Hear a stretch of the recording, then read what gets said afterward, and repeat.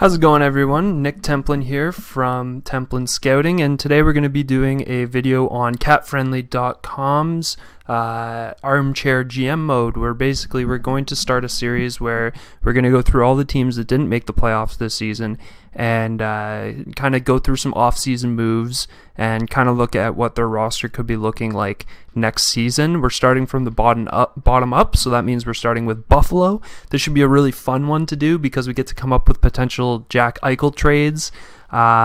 Probably Rasmus Daleen gets moved this offseason as well, so there's going to be a lot of things going on in Buffalo this offseason, so let's get right into it. So, as we know, first things first, we got to take a look at Jack Eichel. He has done some interviews lately that makes it sound like he definitely doesn't want to be there. I think his exact quote was, I just want to play well wherever I am, and if a player starts saying that, if the player starts saying anything other than I want to be a part of this team, then you know that they probably don't want to be a part of that team.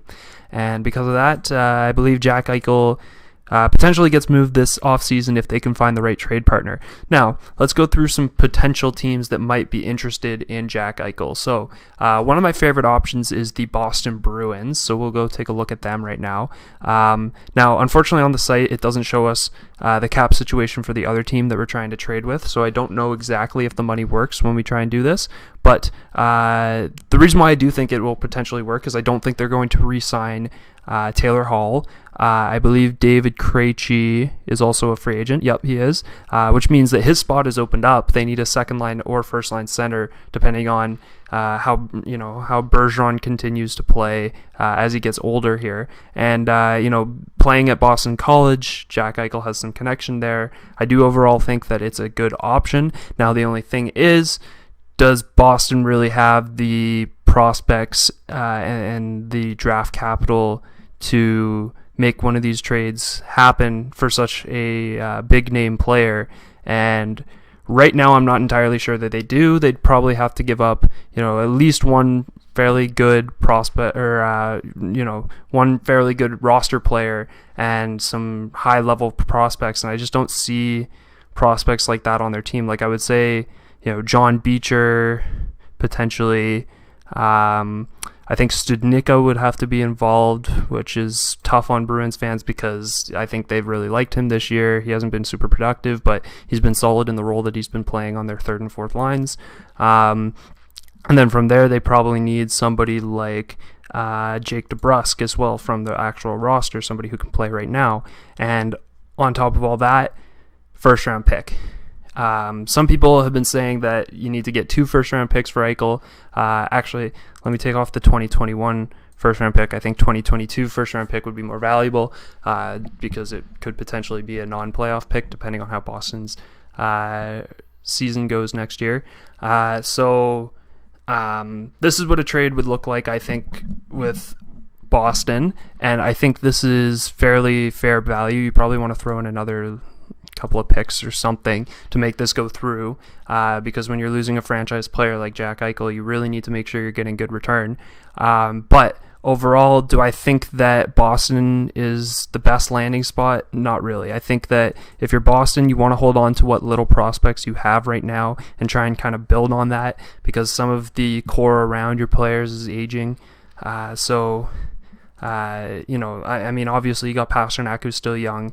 Marchand isn't too old yet, but he'll get up there in a few years. So I think making a move like that to where you're totally going to lose any prospects that you really have, or anybody who's on the younger side that you have, I don't think it's the right idea for Boston. So moving along to other teams that have kind of been discussed, and one that I kind of like, the New York Rangers. Now this is tough because, I mean, they're not in the same division, or they won't be once divisions go back to normal, but it's still a team that they see a few times a year, and same with Boston, so I guess that's not really a good argument, but often, I think ideally Buffalo would like to trade with a Western Conference team just so they don't have to see Jack Eichel on 4 or more occasions on a season.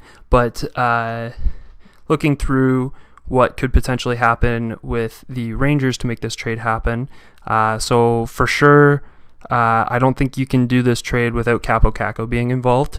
So he is still a really good prospect. He's young. This is just his second season. Seeing a little bit more production from him this year than last season. Obviously, the production's coming along fairly slowly, but we know the potential's there. And for the Rangers, they probably don't mind making this deal happen if Capo's involved, because they're unsure of his future. They don't know if he's going to get better or not. I think he will, but really you don't know for sure. Going from there, they'll probably also have to throw in Vitaly Kravtsov, who is another guy who hasn't really shown the production that we've expected from him yet, but still has that potential. And with both of these guys probably getting the opportunity, if they went to Buffalo, to get more ice time, we'd probably see their production improve.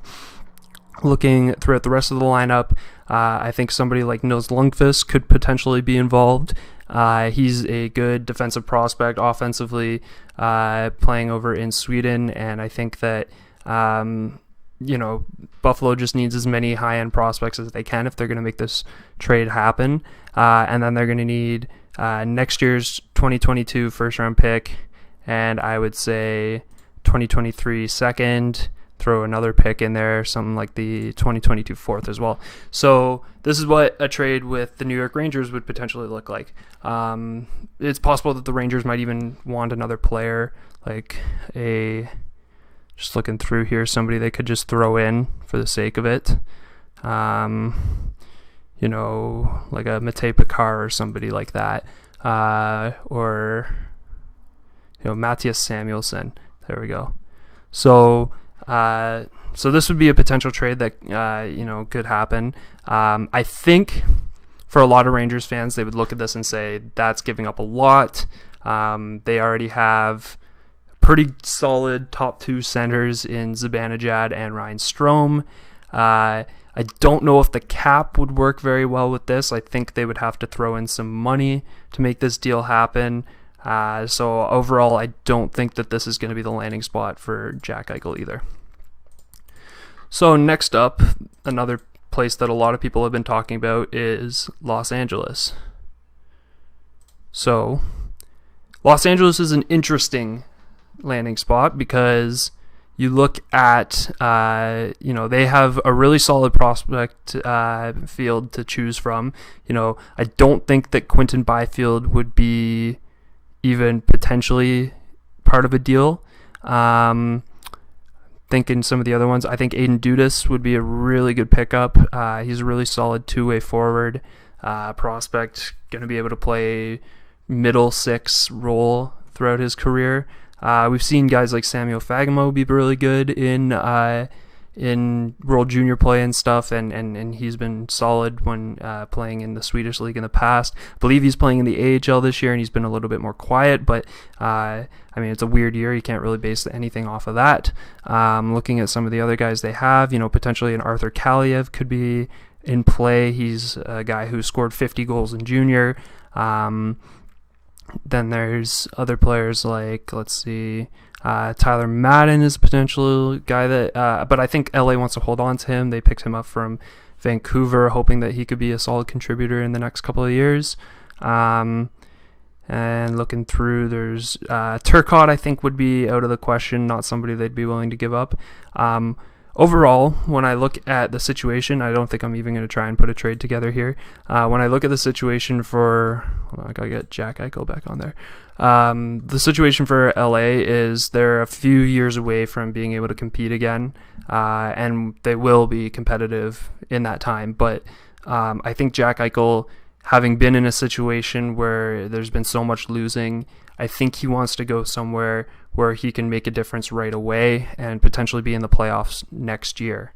So, looking through some other potential options to make that happen, just taking a look. Montreal might be a team that can make a play for him, but I just don't think that they want to give up the kind of players that they would have to give up to get him. And I don't think that it's the right situation for Eichel either. I don't think that adding him makes them, contenders next year. Minnesota is a team I've heard, and actually, that's a pretty good situation because I can imagine him playing on a line with Kirill Kaprizov, and that could get very interesting. The two of them could make a really good pairing. So what would have to happen to make that happen? So first things first, this trade can't happen without Marco Rossi involved. There's a few reasons why I really like acquiring him from Buffalo's standpoint. So last season they drafted Jack Quinn, and Jack Quinn and Marco Rossi obviously were teammates with the 67s. I don't think they played together a ton. I think Jack Quinn might have been on the second line and Marco Rossi was on the first. However, they do know each other. They're friends. Could potentially turn into some good chemistry there. But you're going to need more than Marco Rossi, obviously. And there are concerns with him just coming off of, I guess YouTube doesn't let you say the name of what he had, but you all know what he had. Continuing on, other players that they'd need to get. I think Nico Sturm would be a good pickup. He's been fairly solid in his rookie season here. He's 26, so he's an old rookie, but I think that he's a guy that you could definitely get some value out of. You're going to want to get a lot out of this trade, so that's just kind of another piece to add. Looking at other things, you could pick up the Victor Rask contract for them. He hasn't been bad this year, but he hasn't been the player that they were hoping they got when they acquired him from Carolina a couple of years ago. And in order to make this kind of a trade work, it's important to take back some salary, especially with Minnesota having contracts like the Parise and Suter contracts. So they're going to want to get rid of those at some point, but they're pretty hard to acquire. So in the meantime, take one of their other more difficult contracts to trade, Victor Rask. He can play probably second line for Buffalo coming into next season if they do end up making this trade. And then looking through, I think they could probably acquire another player in with these guys. And I'm thinking that player could be... I like Matvei Guskov. I think that when he makes the league, he'll be a solid third-line guy. But I think they could look at defense here, just to add another defensive prospect. I do like Ryan O'Rourke, but I think they're going to hold on to him. I don't think they're going to want to trade their first two picks in last year's draft. Just looking through here. He might have to be the guy. They did draft Kuznetsov last year as well, so maybe O'Rourke could be in play. Yeah, let's throw him in there. Throw in a 2022 first, 2023 third, and I think that's a deal. So we're going to go with that. So Marco Rossi, Nico Sturm, Victor Rask, Ryan O'Rourke, a first-round pick in 2022, and a third-round pick in 2023 for Jack Eichel. Minnesota gets their franchise center to play alongside Kaprizov and probably Zuccarello. That sounds like a really solid first line, and it makes Minnesota into real contenders coming into next season. And then you look at Buffalo, well, they got some really solid capital back.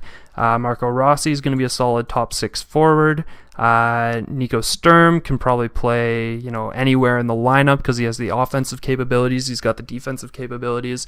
You're not going to want to ask him to do too much for you. He probably won't be here for super long, but it's some good value for them. Victor Rask going to play probably second line or third line minutes.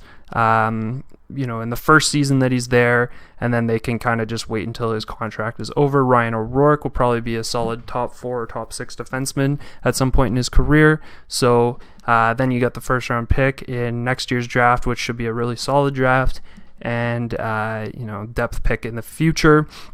So looking at the team now, the next player that I think they need to look at to go is Rasmus Daleen.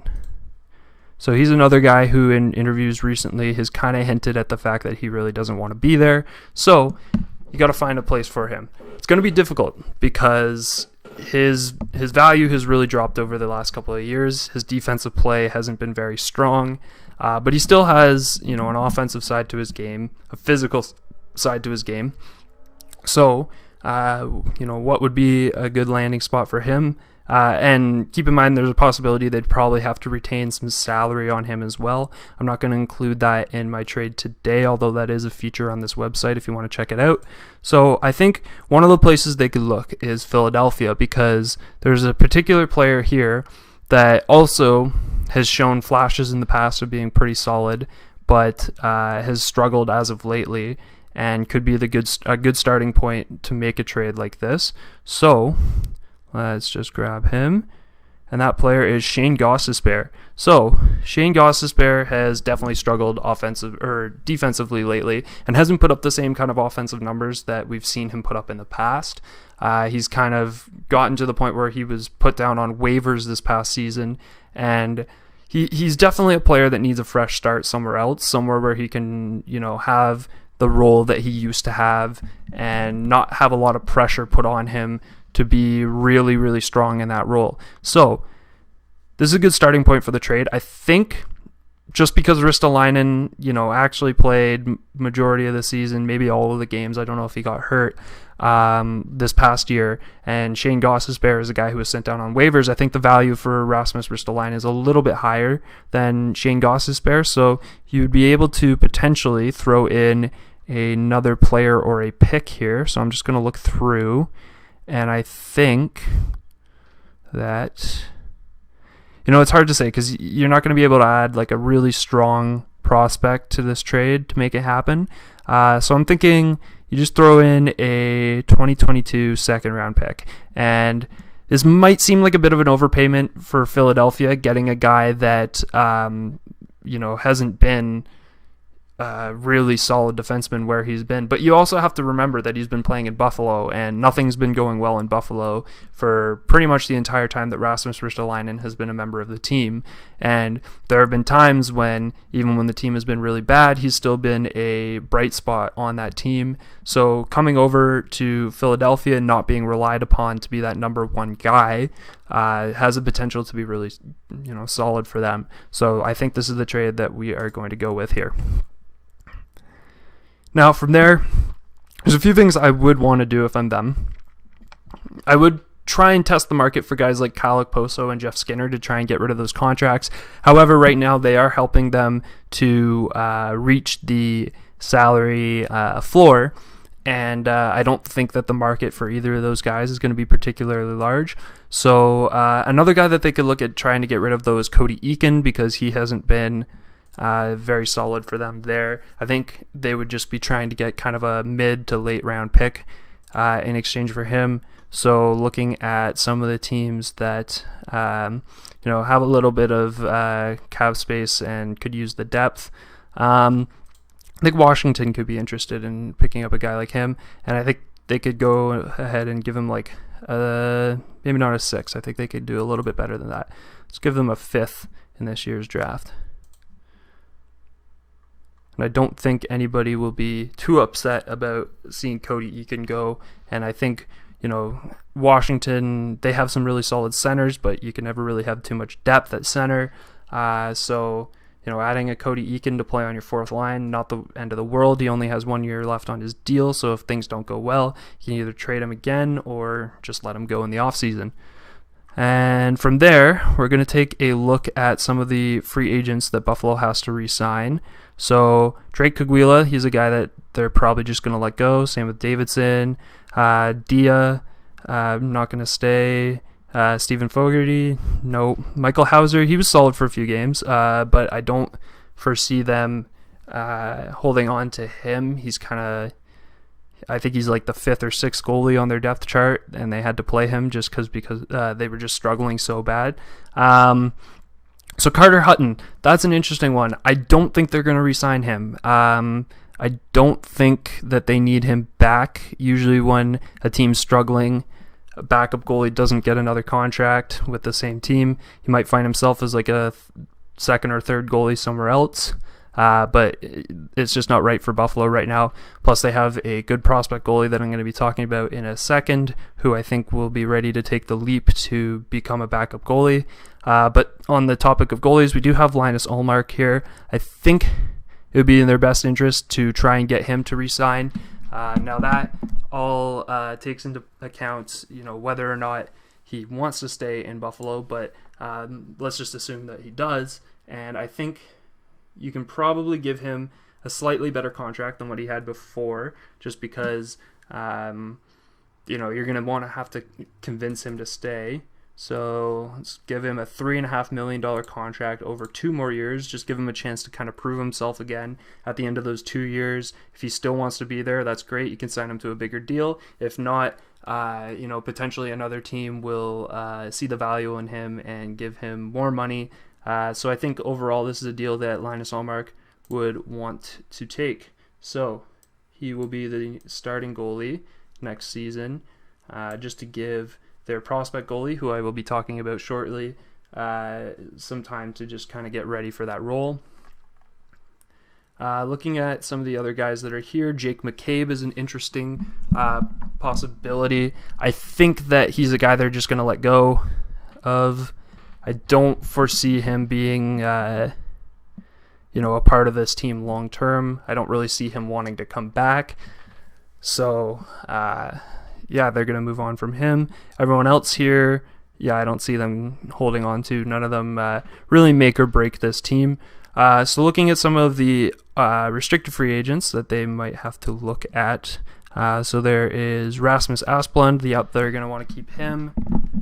So let's figure out a deal. So I think $1.25 million over 2 years is something that he would be interested in.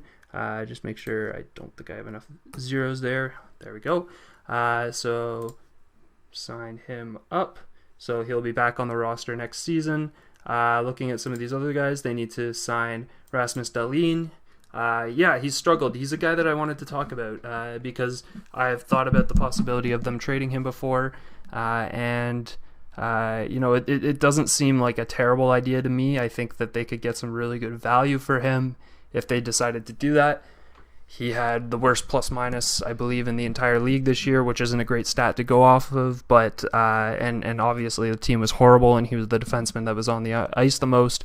But, he didn't look good this year. But I think, he's got so much potential, and everyone knows that. And I think that if they decided to move on from him this early and try and make a trade to get rid of his RFA rights, or if they let somebody offer sheet him, I think they might come to regret it. So I think that this is a player that they're going to try and re-sign. So taking a look at a potential deal here, I think that he'll probably look at somewhere in the 3.25 range.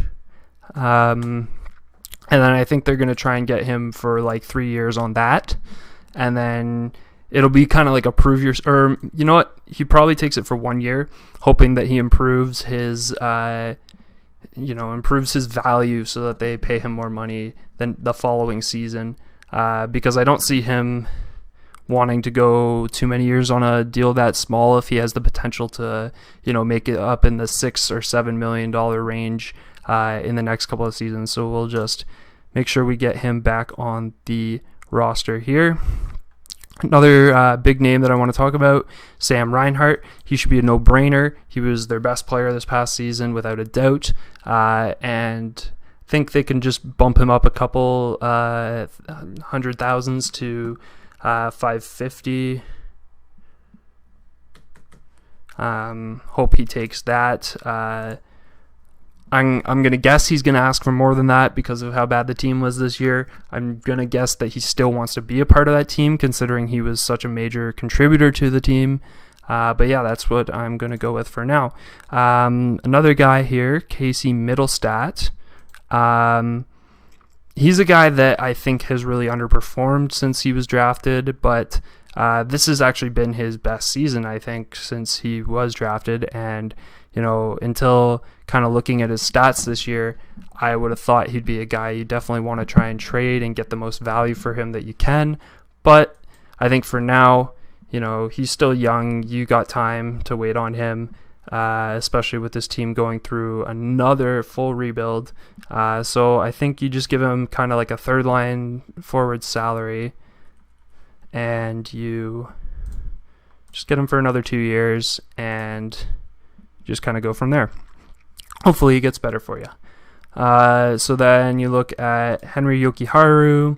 He has some offensive upside, potentially a guy that they could keep for a while. I'll just give him that same deal just to keep things simple, and we'll keep him on the roster there.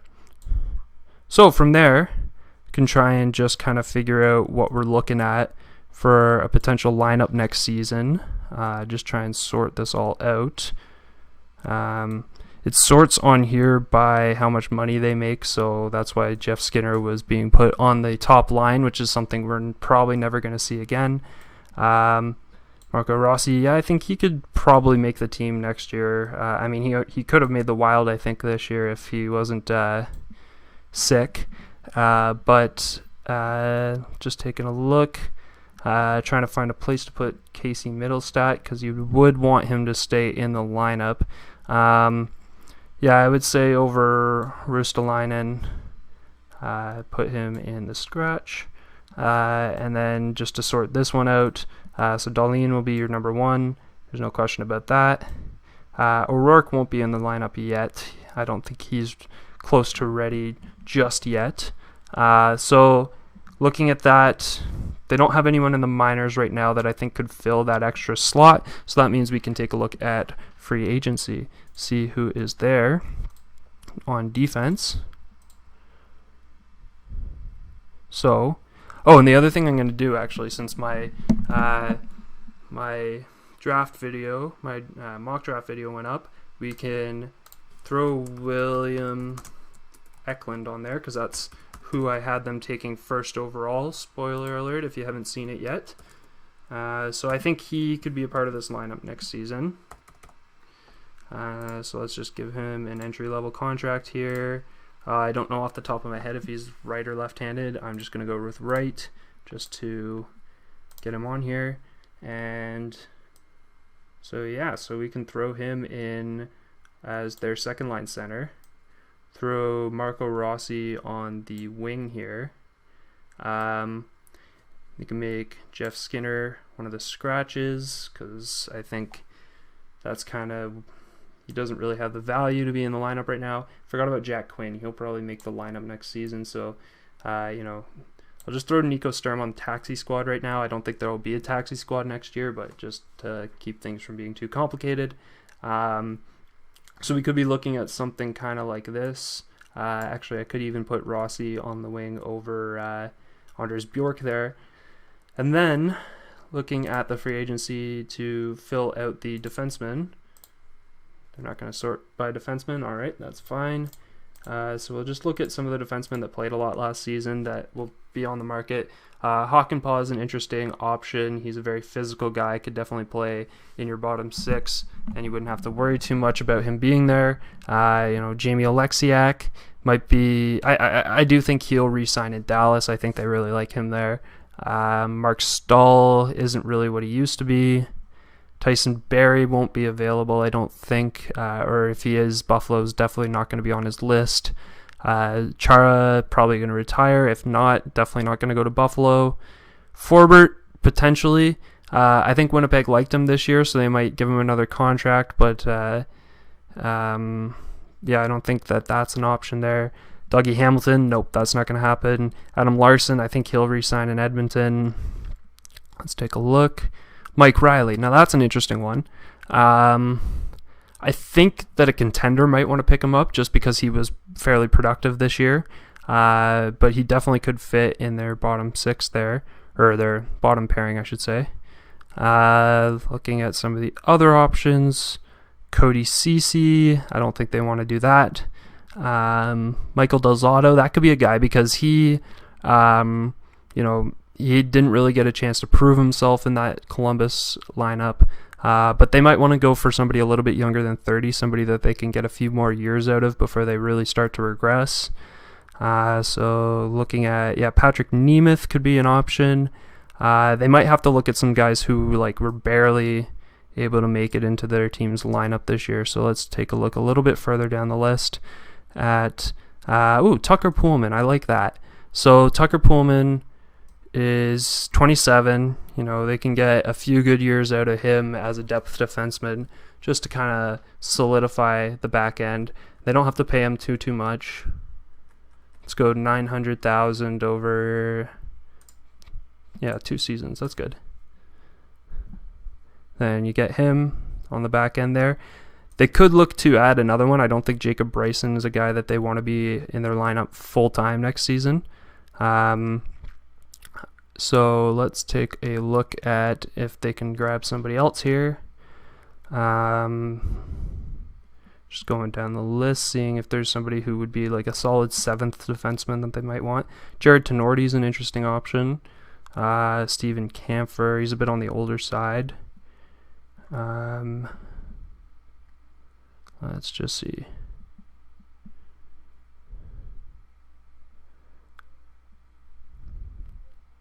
Connor Carrick, that's a good one. All right, let's go with him. We'll just give him the same contract, again, just for simplicity. And then you just throw him on that side. So looking at this lineup, obviously it's nothing to really write home about, because you're really just relying on your young players to develop when you look at a lineup like this. It's got a nice mix of veterans with they're going to have a few rookies in the lineup like Marco Rossi, not Victor Rask, William Eklund, Jack Quinn. So, together, hopefully they can grow a bit. And I think the main thing that Buffalo really wants to do is they need to have players there that want to be there. I think the longer you hold on to players that don't want to play for you, the more that kind of seeps through to other players in the locker room, and that's just not something that they want right now. So overall, I think that this defensively is nice for them going forward. Could potentially see this turn into a good core in a few years once they find replacements for these guys on the bottom. So yeah, let me know what you guys think. Let me know if you think that I didn't get enough for the Eichel trade that I made, or if you think that that I asked for too much. Or let me know what you think about some of the other trades. Here, I'll just show them to you guys again. Comment down below what you guys think. If you like this kind of video, make sure you show it by giving me a like, and consider subscribing if you want to see more videos like this in the future.